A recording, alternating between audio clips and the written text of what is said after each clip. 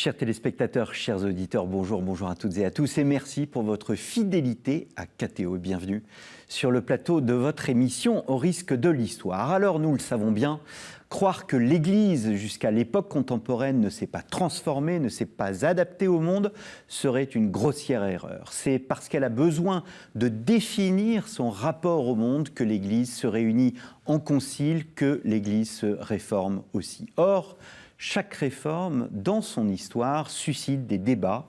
Chaque réforme crée des contestations, des polémiques, jusqu'à des oppositions franches. Nos fidèles téléspectateurs et auditeurs le savent, la plus grande réforme dans l'histoire de l'Église est sans nul doute la réforme grégorienne des XIe, on va dire, jusqu'au XIIIe siècle. De fait, cette réforme a créé bien des divisions et bien des violences au sein même des communautés chrétiennes occidentales. En quoi donc la réforme grégorienne fut d'abord une révolution, en quoi cette réforme a bouleversé bien des consciences et a suscité des oppositions. Est-ce que les querelles de pouvoir atteignaient les chrétiens de la base et le curé du village? Quels étaient les grands sujets de discorde qui déchiraient les communautés? C'est ce que nous allons voir avec deux médiévistes. Cécile Cabi, bonjour. Bonjour. Merci d'être revenu sur notre plateau. Vous avez, comme on dit chez nous, votre ronde serviette ici, puisque nous avons enregistré l'Église au cœur de la Renaissance, les moines dans la ville, et une autre émission sur la théocratie pontificale. Sur la théocratie pontificale, avec Julien Théry. Vous êtes professeur d'histoire médiévale à Sorbonne Université, et votre actualité littéraire, c'était le thème de l'émission que nous avons enregistrée ensemble, la dernière. Église et grands hommes entre Renaissance et Réforme, un colloque que vous avez dirigé, et c'est paru dans les collections de l'École française de Rome. Tristan Martine, bonjour. Bonjour. Merci d'être venu sur notre plateau. C'est la première fois que je vous reçois. J'espère qu'il y en aura bien d'autres. Vous êtes maître de conférence à l'Université de Lille, et c'est bien à cause de vous que je fais cette émission, donc avec Cécile Cabi, puisque vous venez de publier les résultats de ce colloque, Communauté déchirée, avec un point d'interrogation. On va revenir sur le titre de communauté. Qu'est-ce qu'une communauté? Et bien évidemment, sur le point d'interrogation, est-ce qu'il y avait une véritable déchirure, une violence et division au sein des communautés de l'Occident grégorien, 11e, 12e siècle, vous n'avez pas retenu le 13e siècle, donc paru chez nos amis des presses universitaires de Rennes. Alors, même si nos plus fidèles auditeurs connaissent la réforme grégorienne et téléspectateurs, je souhaiterais redéfinir le contexte. Comment définir simplement la réforme grégorienne ? Alors, la réforme grégorienne, pour le dire très simplement, c'est un mouvement réformateur qui naîtrait dans les années 1050 et qui irait jusqu'aux années 1120. Il y a deux piliers majeurs. Le premier, c'est une séparation du monde ecclésiastique et du monde laïque, d'une part, et d'autre part, une volonté du pape de dominer toute l'institution ecclésiastique. Cette rupture, en fait, elle aboutit à notre Église. C'est-à-dire qu'il est évident pour nous qu'un chef de l'État n'a pas à intervenir dans les affaires spirituelles. Il est évident pour nous que les clercs ne doivent pas se marier. Il est évident pour nous demain, l'archevêque de Paris ne doit pas prendre les armes pour défendre Paris si Paris est attaqué. Toutes ces évidences, en fait, sont des évidences depuis la réforme grégorienne. Et donc, nous avons des yeux grégoriens. Nous sommes grégoriens sans le savoir. Nous sommes grégoriens sans le savoir. Et moi, dans la marge des copies de mes étudiants, je passe mon temps à leur dire « ne soyez pas grégoriens, ne jugez pas moralement la période avant la réforme grégorienne. » Donc notre Église est grégorienne, et c'est un vrai problème parce que quand on veut étudier l'Église avant la réforme grégorienne, il faut arriver à se départir de tous ces jugements moraux qui sont en fait des jugements grégoriens. Cécile Cabi. Oui, alors je pense que ça permet de mettre l'accent sur ce qui est véritablement une rupture, c'est-à-dire qu'on passe d'un mode d'organisation de la société à un autre, et qu'un certain nombre de comportements qui étaient acceptables dans la société d'avant, si on peut dire, ne le sont plus après. Alors ça ne veut pas dire que tout était partout pareil et tout devient partout pareil ensuite. Ce changement, il se fait de manière différente selon les espaces, selon les modes de structuration des pouvoirs dans tel ou tel contexte, mais il y a véritablement quelque chose qui change, alors qui ne s'invente pas de rien, beaucoup de concepts, beaucoup de notions qui sont utilisées pour réformer l'Église sont empruntées au 1er siècle du christianisme, et notamment aux grandes vedettes comme Augustin. Mais on mobilise ces arguments d'une manière différente et on les hiérarchise d'une manière différente pour créer une nouvelle Église et une nouvelle société avec des rapports de pouvoir différents qui sont marqués, comme le disait Tristan, par cette rupture entre la sphère laïque et la sphère ecclésiastique. Est-ce qu'on peut parler puisque vous parlez de rupture, le terme de réforme grégorienne est chez le grand historien de l'Église Augustin Flich, est-ce qu'on peut parler plutôt de révolution, du passage d'un monde à l'autre, tout en considérant le fait que voilà, nous sommes français, nous avons un regard franco-français, on sépare l'Église et l'État. Il y a dans les autres pays des historiens qui ont une autre vision, en Italie ou bien en Allemagne ou bien même en Angleterre. Un collègue allemand, Gerhard Lubitsch, trouve que nous, Français, on a un problème avec la révolution. On voit des révolutions partout et on utilise le mot révolution constamment. Et il n'a pas tout à fait tort, nos collègues allemands n'utilisent pas ce mot, à peu près jamais. Comment comprendre la révolution grégorienne? Si on parle de révolution, il ne faut pas imaginer une révolution comme la Révolution française, du jour au lendemain, tout changerait. Oui. Quand on parle de révolution, comme a pu le faire Florian Mazel, l'idée c'est plutôt s'inspirer de la révolution industrielle. C'est-à-dire une révolution sur le long temps, sur une longue période. Donc une révolution qui aurait commencé au XIe et qui serait allée jusqu'au XIIe, XIIIe. Bref, une révolution qui a duré 3 siècles, c'est une révolution, mais pas du tout au sens de la Révolution française qui s'arrêterait du jour au lendemain. Voilà, donc cette notion de temporalité, elle est vraiment importante. Oui, alors justement la temporalité, parce que votre livre Communauté déchirée, c'est 11e, 12e siècle, mais on peut tirer finalement jusqu'au règne d'Innocent III. On a fait plusieurs émissions sur Innocent III, Innocent IV. C'est le sommet de la monarchie pontificale. On peut considérer Innocent III, Innocent IV jusqu'à Boniface VIII comme des fils de la réforme grégorienne? Alors, certainement, l'Église qu'il propose et le modèle d'Église qu'il propose est rendu possible par les redéfinitions qu'on peut appeler grégoriennes. Mais on est tous bien d'accord que cet adjectif grégorien, il est un adjectif de facilité. Il renvoie au nom du pape Grégoire VII, qui a un rôle absolument essentiel d'un point de vue théorique. Ses lettres nous documentent des positions qui sont vraiment centrales dans ce mouvement de réforme. Mais évidemment, le mouvement très long que vient de décrire Tristan ne s'arrête pas avec lui. Oui. Et en réalité, que ce soit dans la conception de l'institution ecclésiale, mais aussi sur des choses beaucoup plus concrètes, vous parliez du chrétien de base, l'organisation du tournant pastoral, tel qu'on l'appelle à la fin du XIIe et au XIIIe siècle, il est possible dans une église dont le maillage paroissial, l'encadrement au niveau des paroisses a été repensé dans ce long temps de la réforme ecclésiastique. Donc de ce point de vue-là, oui, ça continue longtemps. Alors, les sociétés sont régies par le droit. Est-ce que la réforme grégorienne constitue une révolution, pardonnez-moi, une réforme juridique? Est-ce que le droit se développe pendant toute la période et change véritablement les choses? Des deux côtés, c'est-à-dire du côté de l'empereur, un mot qu'on n'a pas encore utilisé mais qu'on va utiliser beaucoup, c'est-à-dire l'empereur et le pape se disputent. Des deux côtés, on cherche du droit plus ancien pour justifier ce qu'on fait actuellement. Oui. Des deux côtés, on va chercher, on redécouvre du droit romain et on cherche de quoi justifier ce qui se passe au présent. Donc oui, il y a un développement jusqu'au décret de Gratien dans les années 1140, il y a un développement de ces questions juridiques pour essayer de justifier ce qu'on fait. C'est vraiment un élément important.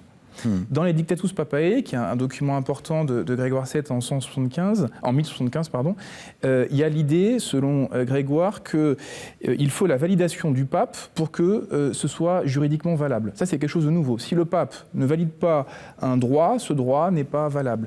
Ça, c'est quelque chose de nouveau qui montre bien l'idée que se fait Grégoire VII de la fonction pontificale et l'idée que le pape est au centre de tout, et notamment du droit. Donc Grégoire VII qui a donné le nom beaucoup plus tard, dont le nom a été utilisé pour définir la réforme grégorienne. Par nous, historiens français. Voilà, nos collègues italiens, quand ils parlent de la réforme grégorienne, parlent de la réforme grégorienne, c'est-à-dire de l'époque de Grégoire VII, et uniquement de Grégoire VII. Mais il y a eu des papes avant qui l'ont préparé et des papes après. Un Belge ou un Français parle de la réforme grégorienne à partir de Léon IX, donc en 1049, et jusqu'au Concordat de Worms en 1122. Voilà la chronologie qu'un étudiant français apprend. Vous seriez allemand ou italien, vous auriez une autre chronologie, mais voilà ce qu'un Français apprend. D'accord. Alors, on va plonger dans le sujet. On va dire qu'il y a 2 niveaux de réflexion. Le premier niveau de réflexion, c'est celui qui va nous amener à aborder la question impériale, mais je souhaiterais aussi aborder la question finalement des catholiques de base, des chrétiens de base, et que j'entends par là à la fois les fidèles, les prêtres, mais aussi les communautés monastiques, etc. Commençons d'abord par la question politique. Vous le dites, il y a l'empereur qui est au centre de tout. On a l'image d'une église médiévale très unifiée. Ce moment de la Réforme, est-ce le moment où l'Occident se divise, est en tension, en 2 camps, ceux qui sont pour le pape et ceux qui résistent et qui sont du côté de l'empereur. Un peu comme nous, pardonnez-moi, je vais forcer le trait à dessein, en reprenant les lunettes françaises, en disant, bon, voilà, il y a d'un côté l'État et de l'autre côté l'Église. Pour le dire moi aussi en forçant un peu le trait, l'Église n'existe pas. Ce que je veux dire par là, c'est que dans l'Église, il y a des acteurs très très différents qui s'opposent les uns aux autres. Il y a le pape, qui surplombe et qui essaye de jouer un rôle de plus en plus important. Il y a les archevêques, il y a les évêques, il y a les abbés, etc. Et donc tous ces acteurs ont des politiques qui leur sont propres. Donc oui, il y a des divisions, mais ces divisions, elles n'opposent pas d'une part une église unifiée et d'autre part un monde laïque unifié. Elles opposent des acteurs laïques très différents et des acteurs ecclésiastiques très différents. Et donc c'est vraiment un élément qu'il faut prendre en compte, que ces divisions au sein de l'église. Et les 2 mondes sont mêlés. L'imbrication, avant la réforme grégorienne, l'imbrication entre les 2 sphères est totale. Cette imbrication explose progressivement jusqu'à aboutir à 2 sphères qui sont de plus en plus distinctes pendant la réforme grégorienne. Vous voulez ajouter quelque chose ? Oui, ce que je voudrais juste ajouter, c'est que par ailleurs, ce qui peut sembler être des débats qui ne concernent que le haut du panier, l'empereur, le pape, en réalité, pas un effet de ruissellement, mais plutôt le fait que les acteurs qui sont mis en œuvre sont multiples, eh bien finit par atteindre les niveaux. Alors, bon, comme d'habitude, on ne sait quand même pas grand-chose des paysans, etc. Mais on sait par exemple qu'à partir d'un moment, on leur demande de payer la dîme de façon beaucoup plus insistante. L'impôt ecclésiastique. Voilà, oui, c'est-à-dire une sorte de redevance due à leur église de référence, à leur église paroissiale, qu'on organise un réseau paroissial, et ça va donner au XIIIe siècle l'obligation de se confesser au moins une fois par an au curé de paroisse. Donc en réalité, progressivement, toute une série de règlements qui sont de toute nature. Alors nous, on distingue politique de religieux, etc., mais c'est vraiment extrêmement difficile de le faire.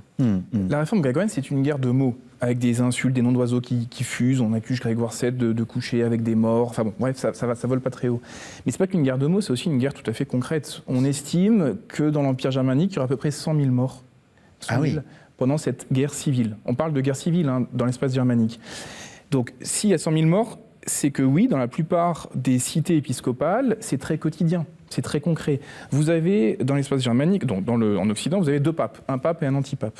Vous avez, dans l'espace germanique, un roi et un anti-roi. Vous avez, dans les cités épiscopales, un évêque impérial et un évêque pontifical. Vous avez, dans les abbayes, un abbé et un anti-abbé. Donc, c'est extrêmement concret. On le voit au quotidien, les villes sont divisées. Et je donnerai juste un exemple pour montrer que non seulement tout le monde s'y intéresse, mais que ça peut choquer. Sigebert de Gembloux s'insurge parce qu'il dit que voilà, les laïcs se mettent à discuter des choses sacrées, non seulement les laïcs, mais les femmes. Et ça l'insupporte. Que les laïcs en parlent, des choses sacrées, c'est pas acceptable, mais qu'en plus les femmes le fassent également, ça ne l'est pas non plus. Donc oui, au moins dans le monde urbain, au moins dans l'espace germanique, la réforme grégorienne, elle est là. peu importe comment on l'appelle, mais cette lutte, elle est là, très concrète, très physique et très quotidienne. Oui. Alors, il y a une chose qui est dans l'introduction, ou bien le premier texte de Patrick Henriette, les communautés déchirées entre complexité historique et pan-grégorianisme, il montre bien quand même que, oui, il y a cette guerre civile, oui, il y a cette opposition, mais voilà, l'Église reste quand même une institution qui se doit de faire valoir un certain sens de la paix et de la recherche du compromis, etc. Est-ce qu'on peut dire qu'il y a aussi cet état d'esprit qui consiste dans ce grand maelstrom à rechercher quand même des solutions pacifiques ? Alors, des solutions pacifiques, tout le monde en recherche, ou en tout cas, tout le monde dit qu'il en recherche. Ça, c'est un élément important, c'est-à-dire que les sources vont mettre en avant l'unité.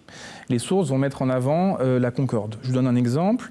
Dans l'abbaye de Saint-Gall, en Germanie, il y a un abbé nommé par l'empereur Henri IV, et puis le pape essaye d'envoyer un anti-abbé. Cet anti-abbé est chassé par l'abbaye. Il se réfugie dans l'abbaye de Reichenau, et qui est dirigée par un évêque, cette fois-ci un abbé pro-pontifical pour le pape. L'abbé de Saint-Gall va ensuite essayer d'aller à Reichenau pour devenir anti-abbé, et ça ne marche pas. Ce que je veux juste vous montrer, c'est qu'on a deux abbayes, une en fait pour l'empereur et une pour le pape. Que nous disent les sources ? Les sources nous disent, voilà, toute l'abbaye est pour l'abbé pontifical d'un côté, et toute l'abbaye est pour l'abbé impérial de l'autre. Et ce que montre dans le volume qui nous intéresse Thomas Cole, c'est que même si les sources mettent en avant une unité, elles disent, voilà, tout le monde est pour l'un, tout le monde est pour l'autre. Même si les sources disent ça, en réalité, les communautés monastiques étaient divisées. Donc il faut vraiment faire attention au discours des sources, qui est un discours d'unité, disant, voilà, on veut la paix et on veut l'unité, et aux pratiques qui sont assez différentes. Ouais. S'ajoute le fait, et je vais vers une période un peu postérieure, que le slogan de la paix doit quand même être un petit peu décrypté. Comme le slogan de la liberté. La liberté de l'Église, c'est la volonté de la part de l'Église d'imposer sa vision désormais de la division, de la gestion des biens, par exemple. Les biens sacrés, ou les biens d'Église deviennent des biens sacrés, et si vous y touchez, vous attentez à la liberté de l'Église. Et la paix, ça relève aussi un peu de ça. Il ne faut pas oublier que Innocent III appelle la croisade albigeoise, par exemple, une affaire de paix. C'est-à-dire que les hérétiques sont ceux qui brisent la paix, les opposants sont ceux qui brisent la paix. L'unité de l'Église. C'est-à-dire l'unité. Ouais. Mais donc, il est évident que c'est, comme la Pax Romana, une notion qu'il ne faut peut-être pas, quand on lit les sources, prendre dans un degré un peu irénique qui pourrait être notre regard. D'accord. Donc, il y a une guerre de mots, on l'a bien compris. Alors, même si on a effleuré la chose, c'est vrai qu'on aurait pu définir la raison est vraiment la raison de la querelle. C'est la querelle des investitures, c'est le fait de nommer des évêques et de savoir quel est le degré d'intervention, au fond, du pouvoir laïque. Quel est le rôle précisément de cette querelle des investitures dans les conflits communautaires ? Alors, Jacques, qu'est-ce que c'est qu'une communauté ? En fait, il y a tout un tas de communautés. Je vais juste citer un type de communauté qui sont les communautés urbaines. En fait, cette querelle, qu'on l'appelle des investitures ou grégoriennes, peu importe, aboutit à la naissance de communautés urbaines. Je prends l'exemple de Metz. À Metz, dans la ville de Metz, en 1090, il y a un évêque qui est nommé par l'empereur et les bourgeois de Metz le refusent. 15 ans après, en 115-117, de nouveau, il y a un évêque qui est nommé cette fois-ci par le pape et les bourgeois le refusent. Dans les deux cas, il y a quelque chose de nouveau à Metz, des bourgeois qui arrivent et qui veulent être autonomes, avoir leur mot à dire. Et donc, cette lutte pape-empereur affaiblit et pape et empereur et aboutit à la naissance d'une communauté urbaine à Metz qui commence à s'organiser. Donc, ces violences aboutissent à l'émergence de nouvelles communautés également. Et donc, sur le plan local, les seigneurs féodaux jouent aussi un rôle dans les conflits ? Les seigneurs féodaux, alors ça dépend des régions, peuvent être touchés très fortement. Oui. Par exemple, Florian Mazel donne l'exemple des Fougères. Donc les Fougères, c'est à la frontière entre Maine, Bretagne et Normandie, dont la principauté reposait dans la seconde partie du XIe siècle sur des biens ecclésiastiques, oui. Des revenus ecclésiastiques. Oui.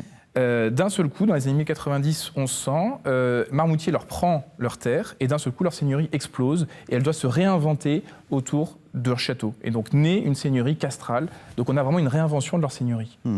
Vous êtes spécialiste du monde monastique, Cécile Cabi. Comment vivent ces communautés, cette querelle entre l'Empire et le pape ? Alors d'abord, il y a de multiples communautés et dans la période très longue qu'on a envisagée permet de voir émerger, en fait, même en le schématisant beaucoup, des formes de monachisme qui s'insèrent très différemment dans la société. Si on part du modèle clunisien, c'est un modèle fondé, qui incarne la réforme monastique du Xe siècle et qui va être une sorte, si on peut le dire simplement, de laboratoire d'idées qui va contribuer à mettre au premier plan un certain nombre d'idées, ensuite étendues à la totalité de la chrétienté. Alors pas tellement pour ce qui concerne les nominations épiscopales, mais là plutôt sur le statut des clercs, et notamment la fameuse question du célibat des prêtres, oui. Puisque c'est à partir du modèle monastique de pureté et de chasteté qui est totalement revu en oui. Occident, à partir du milieu du XIe siècle, cet idéal du clerc. Et puis, à Cluny, également, on peut voir une évolution entre un Cluny du début du Xe siècle, qui est étroitement lié aux grands aristocrates, qui est fondé même par un grand aristocrate, et puis un Cluny de la fin du XIe, qui de plus en plus utilise la papauté et épaule la papauté pour au contraire construire un nouveau type de rapport avec l'aristocratie. Et si on change encore de siècle, si on regarde du côté de ce qu'on a pu appeler le nouveau monachisme, par exemple cistercien, c'est un nouveau modèle de rapport avec les aristocraties qui se met en œuvre et qui ne prévoit plus, par exemple, un modèle de conversion tardive qui fait que les moines prient pour le salut des grands qui se retirent sur la fin de leur vie au monastère. Les cisterciens leur disent non, ça ne suffit plus. Il faut vous convertir dans la force de l'âge. Il suffit de regarder Bernard, qui part avec toute une bande d'hommes de sa famille, frères, cousins, etc., dans la pleine force de l'âge, ou alors d'autres engagements qui sont soutenus par les cisterciens, comme certaines formes de croisades, les ordres militaires comme le Temple.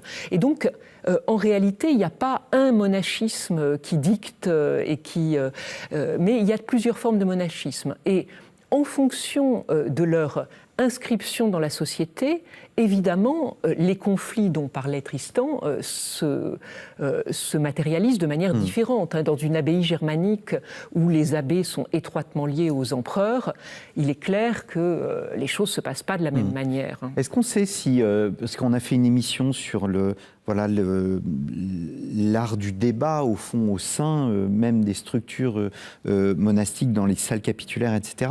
Est-ce que on a tout simplement des rapports de débat sur ces questions que sont les querelles des investitures, la moralisation du clergé sur laquelle on va revenir après Alors, je ne sais pas si tu veux... Il y a un exemple dans le volume qui est très intéressant, c'est étudié par Laurent Gégou, c'est le concile de Reims en 1049, qui est considéré comme le premier grand concile grégorien. Donc se réunissent à Reims, à la demande du pape Léon IX, de très nombreux clercs.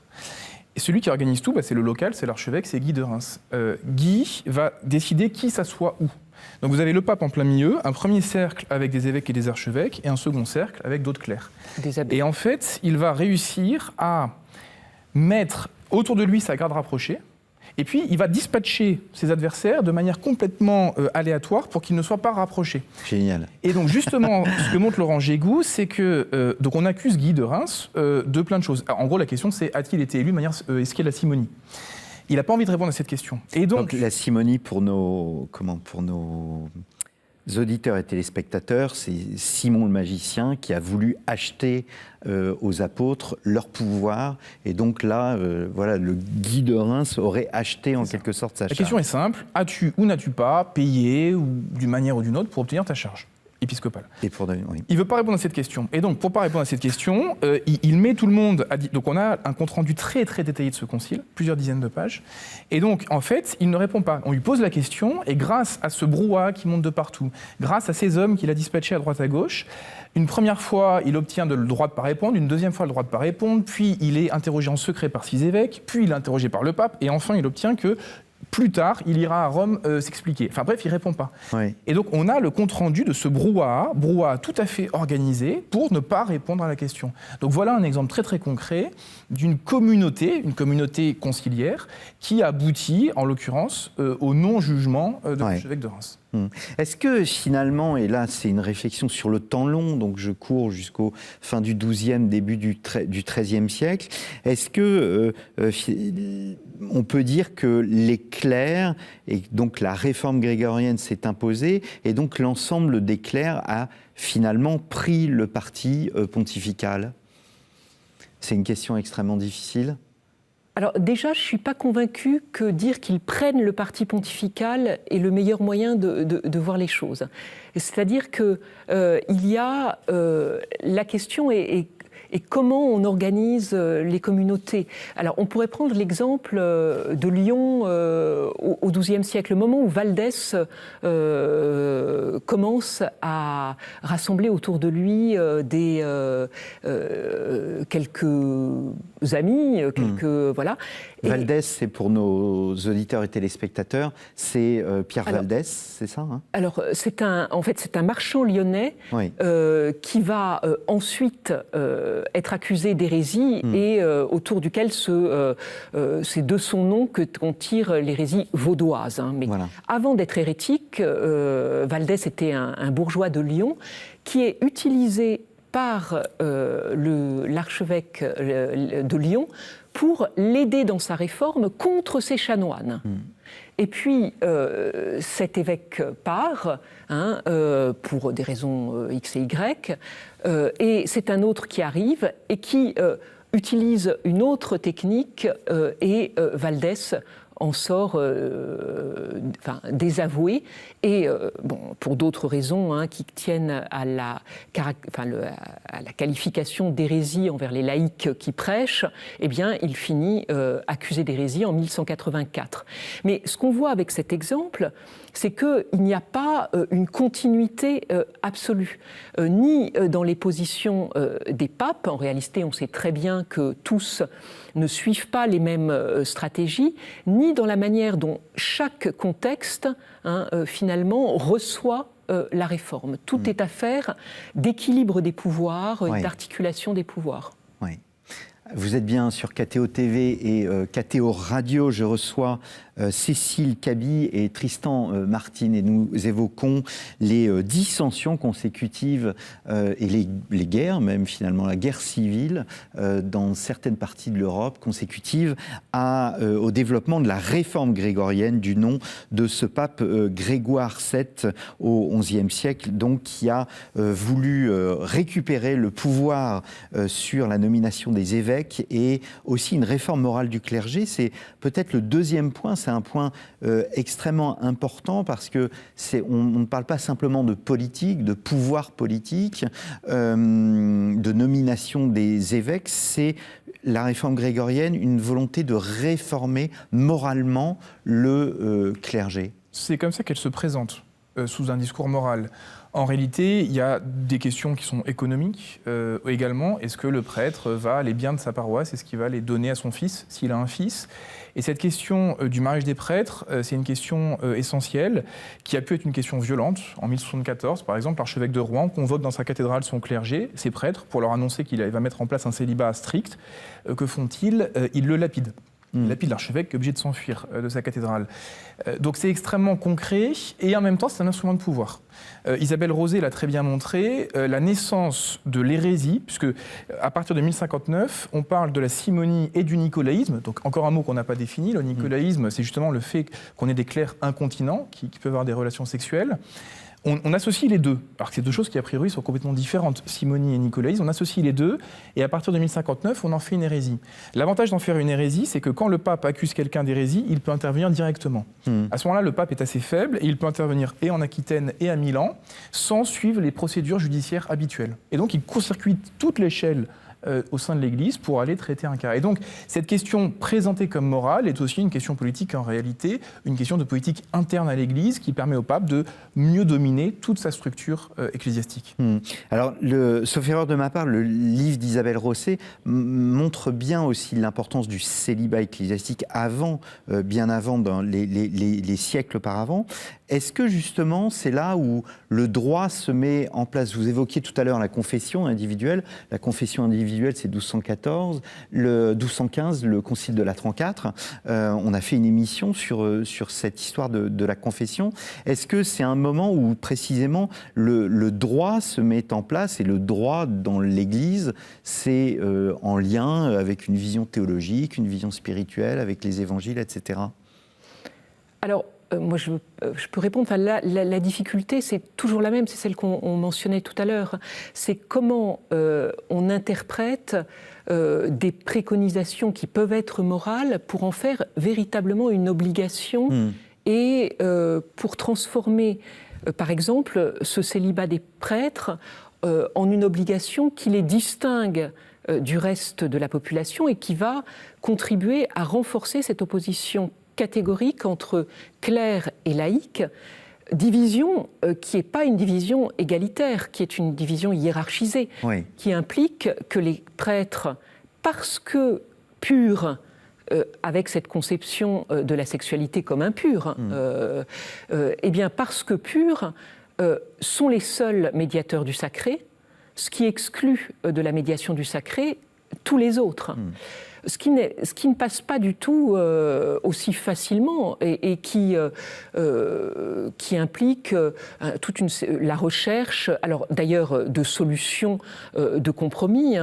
Par exemple, j'évoquais tout à l'heure la question de la prédication des laïcs.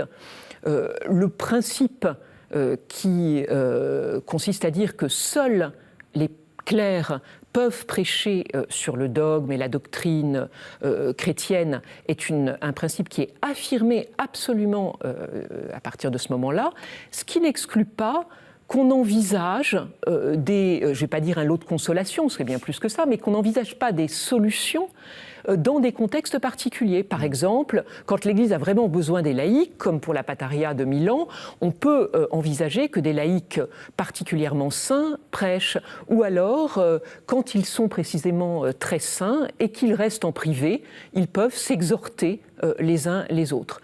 Donc, c'est à chaque fois une réflexion. Alors, le droit, là-dedans, vient fixer des principes et des catégories. Par exemple, cette question de la prédication ou de l'exhortation entre dans les réflections des juristes du droit canon. Mais ça n'exclut pas des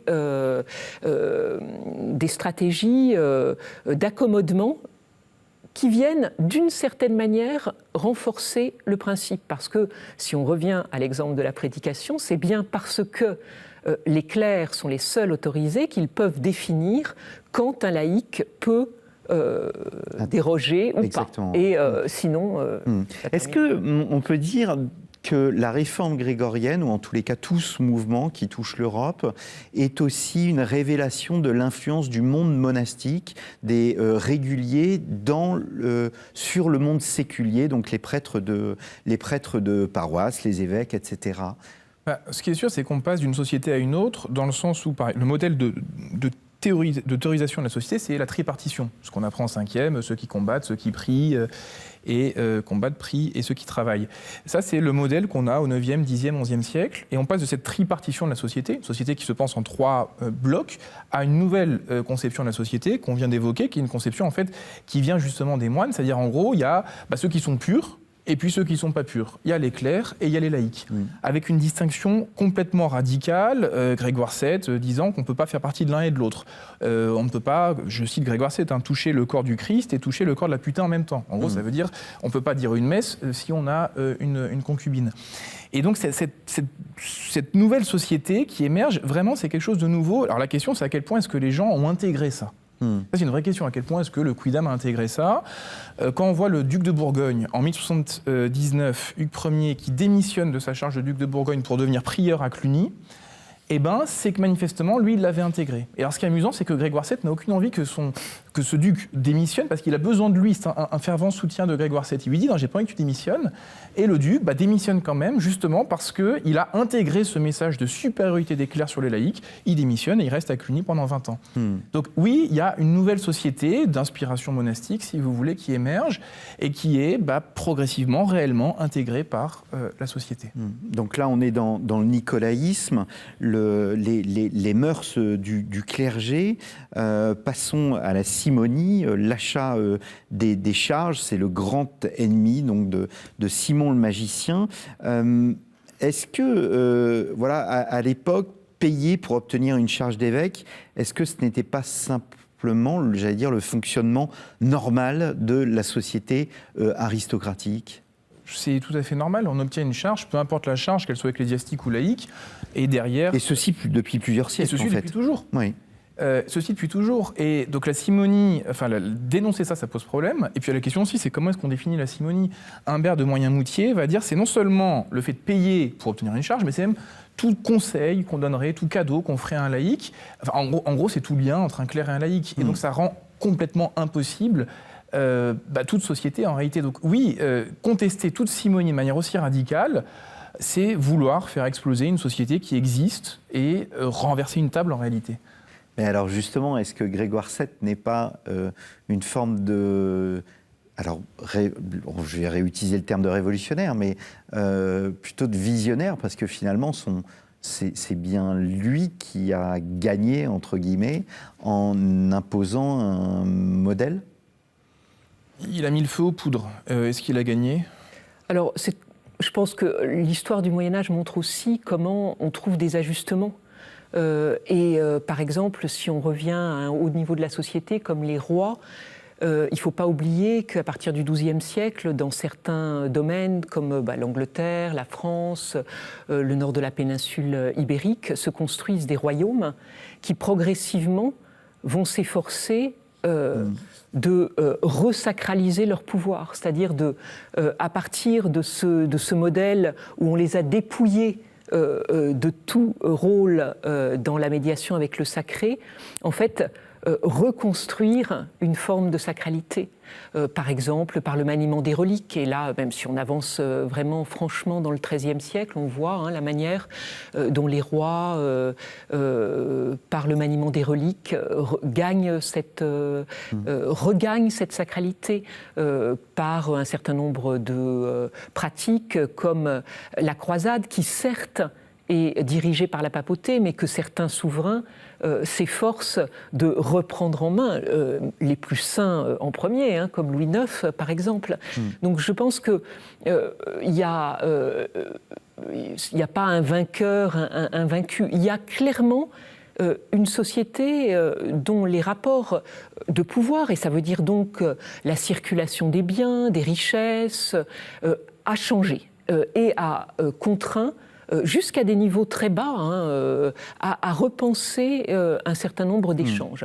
On a cité des exemples, mais quand, en effet, un petit seigneur, même un petit seigneur, ne peut plus posséder d'église, et donc tous les revenus qui y sont afférents, eh bien, il va bien falloir qu'il trouve de l'argent autrement, et il y a une forme de pression seigneuriale sur les paysans qui est renforcée de ce fait. Et ça, c'est quand même une conséquence très concrète d'un changement de paradigme dans l'organisation des échanges économiques. Alors, voilà, en lisant le livre, sans vouloir faire d'anachronisme, j'ai pensé que la réforme grégorienne, c'était une forme d'antiséparation de l'Église et de l'État, en France en tous les cas.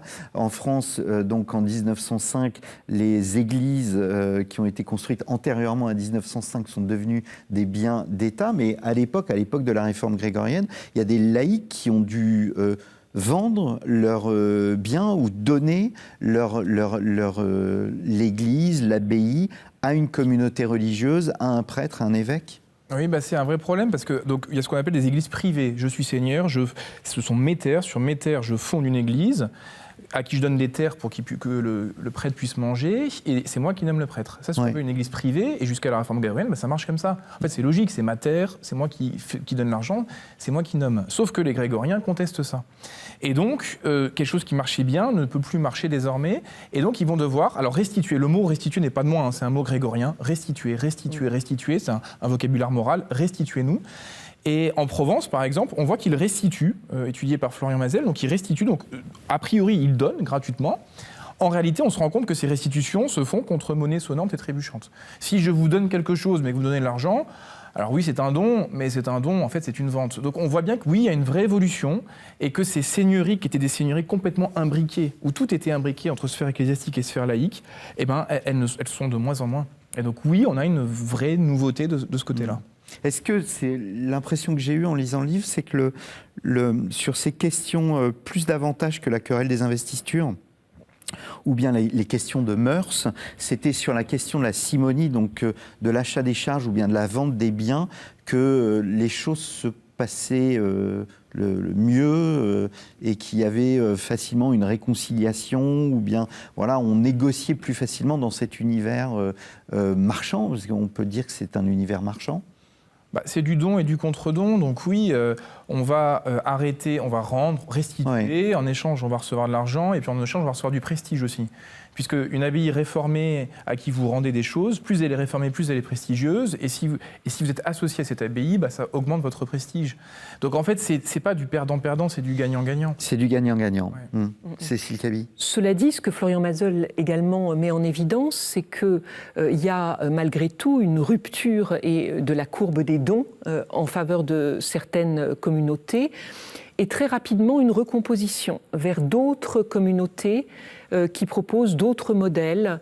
Et donc, en effet, mais on voit bien cette phase où il y a une rupture dans d'anciens modèles qui étaient très imbriqués, et l'ouverture vers de nouveaux modèles qui sont moins imbriqués, ou alors qui supposent des formes plus radicales, par exemple de conversion, on rentre au monastère, etc. Mais je reprends l'exemple qui est extrêmement concret, voilà, du seigneur qui a ses terres, et sur sa terre, près de son château, jouxtant le château, il y a une église. Cette église reste au seigneur, ou elle est obligatoirement attachée à un clerc selon le nouveau droit de l'église? La question, c'est une question financière, la dîme. Qui va toucher la dîme? Est-ce que c'est vous le seigneur, ou est-ce que c'est quelqu'un d'autre? Tout à l'heure, je donnais l'exemple de Fougères. Donc c'est pas simplement les murs, en fait. Non, c'est pas simplement les murs, et d'ailleurs, c'est même pas prioritairement les murs. C'est petit 1 qui nomme le curé, et deuxièmement qui touche la dîme. Entre autres questions, mais c'est deux questions centrales. Si je reprends l'exemple de Fougères que je donnais tout à l'heure, jusque dans les années 1090, ce sont les seigneurs de Fougères qui nomment les prêtres, qui nomment dans leurs institutions. À partir des années 1090, c'est l'abbaye de Marmoutier qui récupère tout ça. Et donc, nos seigneurs de Fougères sont dépossédés de ces aspects très concrets et doivent réinventer leur seigneurie. Comment ils la réinventent? En fondant un château, et en mettant au cœur de leur seigneurie non plus des biens et des terres ecclésiastiques, mais des biens et des terres autour d'un château. Et donc, on passe d'un monde à l'autre sur ces aspects très concrets. Est-ce que c'est une crise de croissance, finalement, dans l'histoire de l'Église? Est-ce que ces déchirures ont été comme une forme de préalable nécessaire à la consolidation de l'Église occidentale qui, à la différence de l'Église orientale, est plus centralisée? Alors, je ne sais pas si on peut le présenter comme une évolution un peu téléologique qui présuppose, mais ce qui est sûr, c'est que l'Église occidentale telle qu'on la connaît, elle se construit à ce moment-là. C'est-à-dire et elle se construit à ce moment-là dans sa différenciation avec, par exemple, l'Église orientale. Elle devient vraiment particulière, cette organisation centralisée autour de l'évêque de Rome. Non que l'évêque de Rome n'ait pas eu d'importance auparavant, évidemment, il avait un prestige moral qu'il tirait de l'héritage du centre de l'Empire romain et de la figure de Pierre, évidemment, mais les choses là changent radicalement dans la structuration de l'Église et ça fait de cette Église quelque chose d'original. Ensuite, c'est pour ça qu'il faut sans doute aller en effet jusqu'à la fin du XIIIe pour voir l'accomplissement, mais ça ne suppose pas non plus que tout se passe de la même manière dans tout l'espace de la chrétienté occidentale. Il y a une vraie unité, mais en fonction des rapports avec tel royaume, par exemple, puisque ça passe beaucoup par ça, et on le voit très bien dans les échanges de lettres. Les papes écrivent de plus en plus de lettres qui permettent de voir la manière dont ils interviennent dans les royaumes, et pas du tout d'une manière, il ne faut pas se tromper sur cette impression qu'ils envoient des lettres donc, comme des sortes d'ordres qui immédiatement sont exécutés. Les lettres pontificales, elles ont par définition, elles sont le fruit d'une négociation, elles sont souvent le résultat d'une demande, c'est un aller-retour. Et on voit donc par ça, d'abord l'extension de l'intervention de la papauté. Il ne faut pas oublier que cette centralisation, elle s'accompagne avec une dilatation de la chrétienté. Les lettres de Grégoire VII aux pays scandinaves sont absolument extraordinaires, où il leur dit écoutez, vous allez m'envoyer des jeunes gens à Rome pour qu'on les éduque dans la bonne manière de la liturgie, etc. Et on voit bien là comment cette Église se dilate tout en se centralisant. Et puis, il y a des types de relations qui sont différentes et qui tiennent compte des origines. C'est une nouvelle société qui apparaît au sein de l'Église et les gens sont sidérés. Je donne un seul exemple. On est en 1073, il y a deux évêques, l'évêque de Prague et l'évêque d'Olmütz, donc deux petits évêques, actuellement c'est en République tchèque, qui se disputent pour une question complètement secondaire. Grégoire VII envoie des légats et exige de gérer lui-même la question. Il dit à l'évêque de Prague, viens à Rome, et l'évêque de Prague dit, mais pourquoi ? Pourquoi j'irai à Rome ? Et pourquoi est-ce qu'un légat du pape viendrait gérer ça ? Il menace de l'excommunier, et l'archevêque de qui dépendent ces deux sièges épiscopaux, qui est l'archevêque de Mayence, Siegfried de Mayence, écrit au pape, à Grégoire VII, en lui disant « Mais je me sens insulté. » Moi, alors l'archevêque de Mayence, c'est un des personnages les plus importants de l'Empire. C'est quelqu'un d'extrêmement puissant.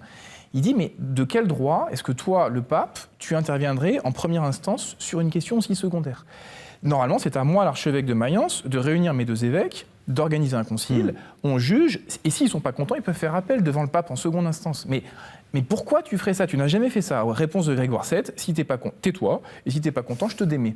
Ça, c'est nouveau.